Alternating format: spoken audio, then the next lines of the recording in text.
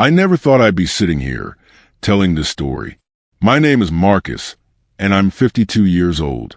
For most of my life, I believed that being a good father meant sacrificing everything for your children. I worked double shifts at the steel mill, came home exhausted, but still found energy to help with homework, attend school plays, and coach Little League on weekends. I thought love was enough. I thought providing was enough. I was wrong. The day my son David said those words to me, "Dad, it would be better if you just died," something inside me shattered. Not just my heart, that had been breaking slowly for years, but my entire sense of who I was as a man, as a father, as a human being. I stood there in our kitchen, the same kitchen where I'd made him breakfast every morning for 18 years, and I felt like a stranger in my own home. David was 24 then, still living with me after dropping out of college twice. He'd been unemployed for 8 months, spending his days playing video games and his nights out with friends I'd never met. When I asked him to help with groceries, or at least keep his room clean, he'd explode. But this particular morning was different. This morning, I'd finally had enough. I walked into his room and saw the mess, empty pizza boxes, clothes everywhere, the smell of stale beer, and something worse. His laptop was open to some gambling website, and there were credit card bills scattered on his desk. My credit card bills. Bills I didn't know existed. "David," I said, trying to keep my voice steady, "we need to talk." He didn't even look up from his game, just grunted and kept clicking his controller. The sound echoed through the room like gunshots. "Son, look at me when I'm talking to you." That's when he turned around, and I saw something in his eyes I'd never seen before. Pure contempt. Not teenage rebellion or frustration, but genuine hatred. "What now, old man? You gonna lecture me about responsibility again? About how you work so hard to give me everything?" His voice dripped with sarcasm. "Look where it got you. Look where it got us. Mom left because she couldn't stand being around your pathetic ass, and now you're stuck with me." Each word hit like a physical blow. My wife Sarah had left 3 years earlier, saying she needed to find herself. In reality, she'd found someone else, a lawyer from her book club who could give her the life she thought she deserved. But hearing David throw it in my face like that, like it was somehow my fault for not being enough. "David, I know you're angry, but..." "Angry?" He stood up, towering over me. When had my little boy grown so tall? "I'm not angry, Dad. I'm embarrassed. You know what it's like having friends ask what my father does for a living? Oh, he works at a factory. You know how that sounds." I felt my chest tighten. "There's nothing wrong with honest work, son. That factory paid for this house, put food on the table, sent you to college. College I dropped out of because I couldn't handle the pressure of being a poor kid on scholarship. You think your money made up for everything else? For the times you missed my games because of overtime?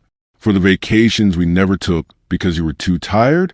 For the fact that I never learned how to be successful because all you ever showed me was how to barely survive?" The room felt like it was spinning. This wasn't my David. This wasn't the little boy who used to wait by the window for me to come home, who'd run to me with skinned knees and broken toys, who'd tell me I was his hero. "Son, I did the best I could. After your mother left." "Stop." He slammed his fist on the desk, making the empty beer bottles rattle. "Stop blaming Mom for your failures. She left because she was smart enough to see that this life wasn't going anywhere. And you know what? Sometimes I think it would be better if you just died. Then I could sell this dump, take the insurance money, and finally start over without having to carry the weight of your disappointed expectations." The silence that followed was deafening. I stood there, staring at this young man who shared my blood, my name, my eyes, and I didn't recognize him at all. The worst part wasn't the cruelty of his words. It was the cold calculation behind them. He meant it. He'd thought about it. My death was a solution to his problems. I don't remember walking out of that room. I don't remember getting in my car or driving to the park where I used to push David on the swings when he was little. I just remember sitting on that same bench, watching other fathers play with their children, and feeling completely hollow. For the first time in my adult life, I cried. Not the quiet tears I'd shed when Sarah left, but deep, gut-wrenching sobs that seemed to come from somewhere I didn't know existed. A jogger stopped and asked if I was okay. I couldn't even form words to answer her. That night, I didn't go home. I couldn't face David, couldn't face the house that suddenly felt like a monument to my failures as a father. Instead, I checked into a motel on the other side of town and stared at the water-stained ceiling, replaying every moment of David's childhood, trying to figure out where I'd gone wrong. Had I been too lenient? Too strict? Had I spoiled him or not loved him enough? The questions circled in my mind like vultures, picking at whatever was left of my self-worth. I called in sick to work the next day, then the next. By the end of the week, my supervisor Jerry came by the motel. He found me unshaven, still in the same clothes, surrounded by empty takeout containers.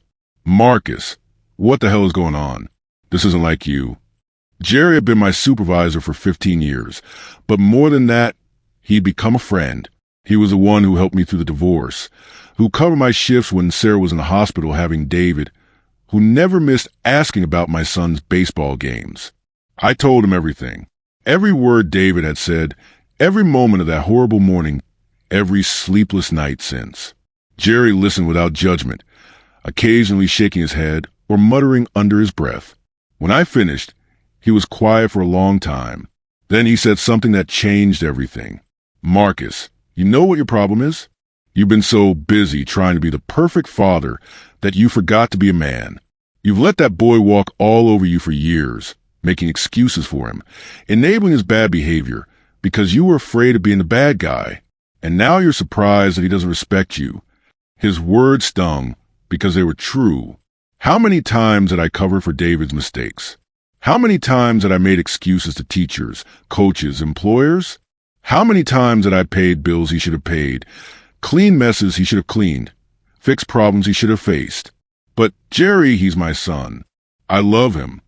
Love isn't supposed to destroy you, Marcus. And it sure as hell isn't supposed to turn you into a doormat. You want to know what I think? I think David needs to learn what life looks like without his safety net. And you need to learn what life looks like when you stop living it for someone else. That conversation was the beginning of my awakening. Jerry convinced me to go back to work, but he also convinced me to see a therapist. Dr. Patricia Williams was a no-nonsense woman in her 60s who specialized in family dynamics and codependency. Our first session was brutal. Tell me about your relationship with your own father, she said. My father had died when I was 16, but before that, he'd been distant, always working, always tired. I swore I'd be different with David. I'd be present, involved, supportive. So you became the opposite of your father, Dr. Williams observed. But did you ever consider that there might be a middle ground between absent and enabling? Over the following weeks, she helped me see patterns I'd been blind to. How my fear of being like my father had made me overcompensate. How my guilt over the divorce had made me permissive. How my desire to be loved had made me lose David's respect. Respect isn't given, Marcus. It's earned. And you can't earn it by being a pushover. Meanwhile, I hadn't spoken to David in 3 weeks. I'd moved my things out of the house while he was out, leaving him a note explaining that I was taking some time to think. I didn't tell him where I was staying. I didn't give him money. For the first time in his adult life, he was completely on his own. The first week, he called constantly, angry calls demanding to know where I was, what I was doing, when I was coming back. I didn't answer. The second week, the calls became desperate. The electricity had been shut off. He had no food. His friends weren't helping. I didn't answer. The third week, he called crying, actual tears in his voice, begging me to come home, promising he'd change. I almost broke. Everything in me wanted to rush back, to fix his problems, to make everything okay. But Dr. Williams' voice echoed in my head. The kindest thing you can do for someone you love is to let them face the consequences of their choices. Instead of going back, I did something I'd never done before. I started living for myself. I joined a gym. I started reading books I'd always wanted to read. I took a weekend trip to the mountains. I began to remember who Marcus was before he became David's father, before he became Sarah's husband. It felt selfish at first, guilty, but slowly, something amazing happened. I started to feel alive again. I started to remember what it felt like to have dreams, goals, interests that didn't revolve around someone else's needs. At work, people noticed a change. I stood straighter. I spoke up more in meetings. When the company announced they were looking for someone to head up a new quality control department, I applied. The old Marcus would have assumed he wasn't qualified. The new Marcus figured he had nothing to lose. I got the promotion. It came with a substantial raise and a corner office. For the first time in years, I felt proud of myself.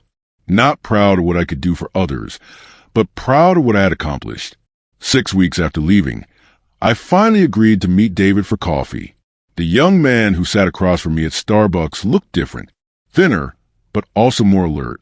His clothes were clean, but worn. He had a job application in front of him. "Dad," he said, and his voice was different too.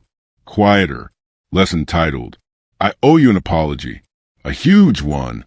I waited. Dr. Williams had taught me the power of silence. When you left, I was angry. I thought you were being dramatic. Try to teach me some kind of lesson. I figured you'd come back in a few days like always. He paused, stirring his coffee unnecessarily. But then the bills started coming, and the utilities got shut off, and I couldn't reach any of my so-called friends when I needed help. I had to call Mom. This surprised me. David rarely spoke to Sarah anymore. What did she say? She told me the truth about why she really left, about how she'd begged you for years to stop enabling me, to make me face consequences. She said watching you destroy yourself trying to make me happy was killing her too. She said I was a selfish, spoiled brat who was bleeding you dry, and if I couldn't see that, I deserved everything that was happening to me. David's eyes filled with tears. Real ones this time, not the manipulative tears I'd seen so many times before. "Dad, I said horrible things to you. I told you I wished you were dead. But when I thought you might actually be gone forever, when I realized I might have pushed away the only person who ever really loved me." He broke down completely. I reached across the table and put my hand on his shoulder, not to fix his pain, but just to let him know I was there.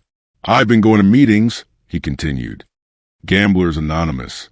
"I didn't even realize I had a problem until I couldn't access your credit cards anymore. And I got a job. It's just at a warehouse, but it's honest work. I'm trying to pay back what I stole from you. David, No, let me finish. Please." He wiped his eyes with his sleeve. "I know I don't deserve your forgiveness. I know I don't deserve another chance. But if you'll let me, I want to try to be the son you raised me to be, not the entitled brat I became." We talked for 3 hours that day. Really talked, maybe for the first time in years. David told me about the pressure he'd felt growing up, the impossible standards he thought I expected him to meet. I told him about my own failures, my own fears, the ways I tried so hard to be a good father that I'd forgotten to teach him how to be a good man. It wasn't a magical reconciliation. Trust doesn't rebuild overnight, and respect has to be earned through actions, not words. But it was a beginning. Over the next few months, David proved he was serious about changing. He kept his warehouse job, even when it was hard, even when his friends mocked him for it. He moved into a small apartment he could afford on his own. He continued going to meetings and therapy. Most importantly, he stopped expecting me to fix his problems. Our relationship slowly healed, but it was different now. Better. Instead of me being his safety net, we became equals. When he struggled with something, he'd ask for advice, not money. When he succeeded at something, he'd share the victory, not expect praise for doing what adults are supposed to do. The promotion at work led to other opportunities. Within a year, I was making more money than I ever had. I bought a smaller house, one that felt like home instead of a shrine to past failures. I started dating again, something I never thought I'd have the courage to do. David was proud of me, actually proud, not just grateful. He'd bragged to his friends about his dad's success, about how I'd turned my life around. The irony wasn't lost on either of us. 2 years after that terrible morning in his bedroom, David called me with news. He'd been accepted into a community college program for computer programming. He'd saved up enough money to pay for it himself, and his grades at his current job had earned him a small scholarship. "Dad," he said, I know I can't take back what I said to you that day, but I want you to know that losing you was the best thing that ever happened to me. It forced me to grow up. It taught me what your love and support actually meant, and it showed me what kind of man I want to be. I cried again that day, but these were different tears. These were tears of pride, of healing, of hope. The story could end there with a reconciliation, with the lessons learned. But the real ending is quieter, more ongoing.